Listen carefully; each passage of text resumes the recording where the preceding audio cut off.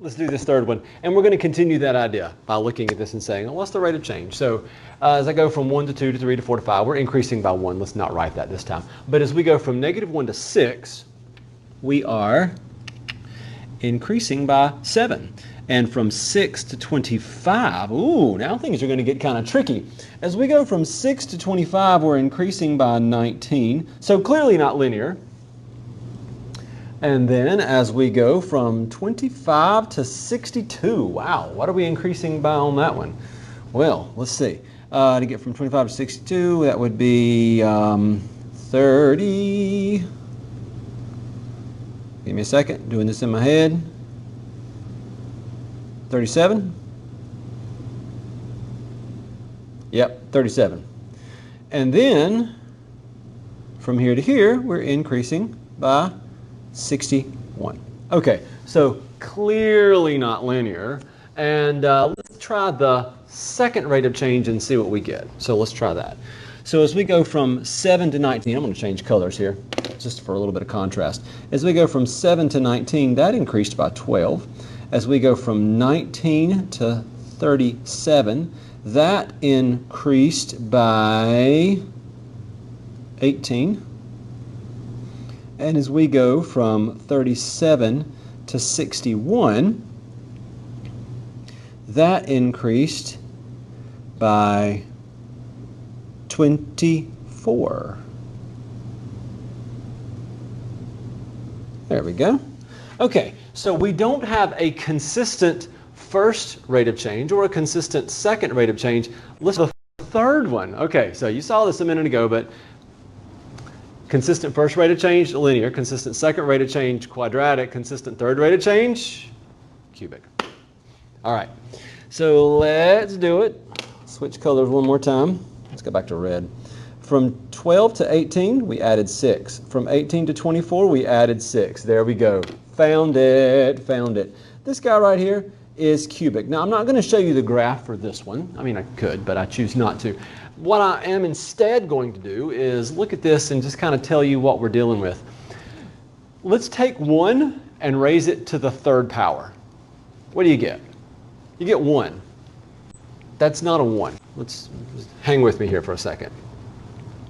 What I should get, if I raised 1 to the third power, is 1. Let's use the correct color here. Let's go green, just for contrast. That should be a 1, but it's not a 1. It's a -1. What do you get if you raise 2 to the third power? You get 8. 3 to the third power is 27. 4 to the third power, 64. 5 to the third power, 125. What do you notice? Everything that you should get, you don't get, but you're only 2 off. So I could subtract 2, subtract 2, subtract 2, subtract 2, subtract 2. So even though they didn't ask us to do this, we could find the equation, and it would be x cubed minus 2. That's what that equation is. We could graph on Desmos, like I said. We're not going to. All right, let's go to the next one, and we're going to do our little trick again, where we're trying to decide what the rates of change are. So from 0 to 1, 1 to 2, 2 to 3, 3 to 4, these are consistently going up by 1. If these are a constant, going up by 1s, going by 2s, going down by 5s, or whatever, that's fine. We can use this process. And so we're going to use this process. Let's see, how do we turn a 16 into a 9? What would we do? Well, it looks like we'd subtract 7.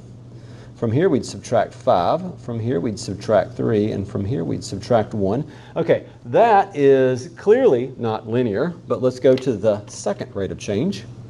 From -7 to -5, we actually added 2. From -5 to -3, we add 2. From -3 to -1, we'd add 2. And when we do, that means that we have a second rate of change that is constant, and that makes this quadratic. Okay, we're going to jump to the next one as well. And as we do, well, before we do, let's graph this one on Desmos. I want you to see this one. This one can be a little bit tricky if you're not careful. It can be tricky whether you're careful or not. All right, skipping the third one. I could graph it if I wanted to. So this is what we're looking at right there. we would be tempted potentially to say, oh, that's exponential. And we're coming down, it's exponential decay, and it's coming down. And we need to be careful about what we're looking at and also look at the numbers. So even though this might look at first glance exponential, it looks like it's leveling off, it actually does touch the x-axis. Exponential functions can drop down below an axis if you're shifting it, translating it down. But we have this situation here. What we really have is half of a parabola.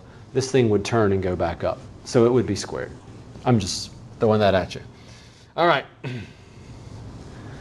Let's go back to the visualizer. Found a faster way to get there. Okay. We're going to move to the next one. And when we do, we'll do our little trick one more time. We're going to make sure that as we move along this row that we are adding 1 every time. And we are, or doing the same thing every time, which we consistently are.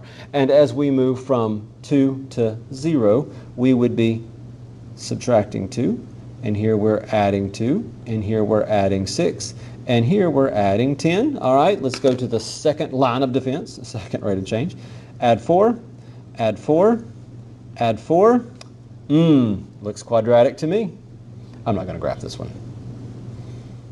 Okay, as you look at the rest of these, all of these are going to have a consistent rate of change for your x's, always adding 1. That's just the way these were set up.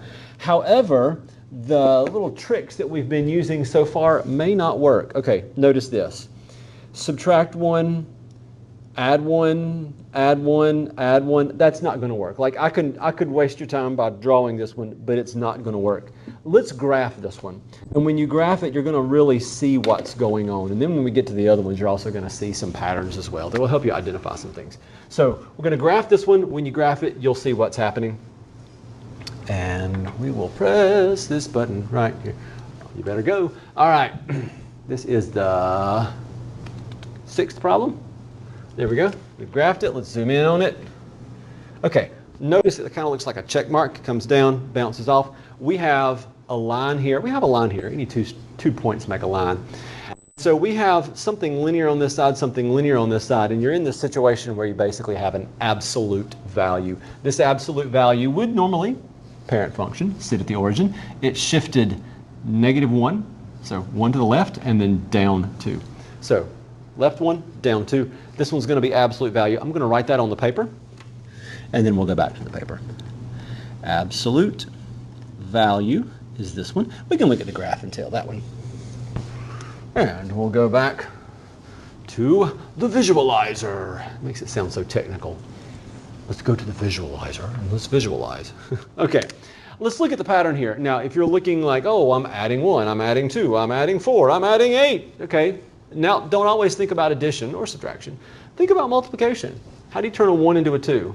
You could double it, double it, double it, double it. You're doubling, you're doubling, you're doubling. If you are consistently multiplying by the same thing, that's exponential. Now we could also say if you're consistently dividing by the same thing, that's also exponential. You're multiplying by a proper fraction, depending on the context. But basically, because this is not plus 2, it's times 2. 2 times 2 is 4. 4 times 2 is 8.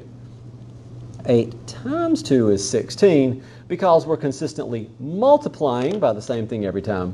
This one is exponential. And we're going to try that on this next one because you couldn't try that whole addition thing, and I'll just go ahead and tell you it's not going to work. Let's not start at the decimal. Let's start here. From 27 to 36, you would add 9. From 36 to 48, you'd add 12. From 48 to 64, you would add 16. I wonder if this does work. Let's see. We could graph it if we wanted to. Actually, yeah, let's explore this a little bit. Plus 9, plus 12, plus 16, plus, fun times, 6.75. Okay, let's go for the second one.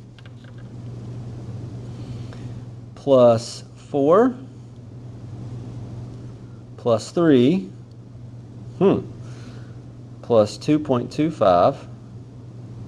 Nope, that's not going to work. Even if you go to the next one, like right here, we're adding 1, here we're adding 0.75. So we are not consistently adding the same thing every time. What we are doing instead is multiplying by the same thing every time. And that thing we're multiplying by is not very obvious, actually.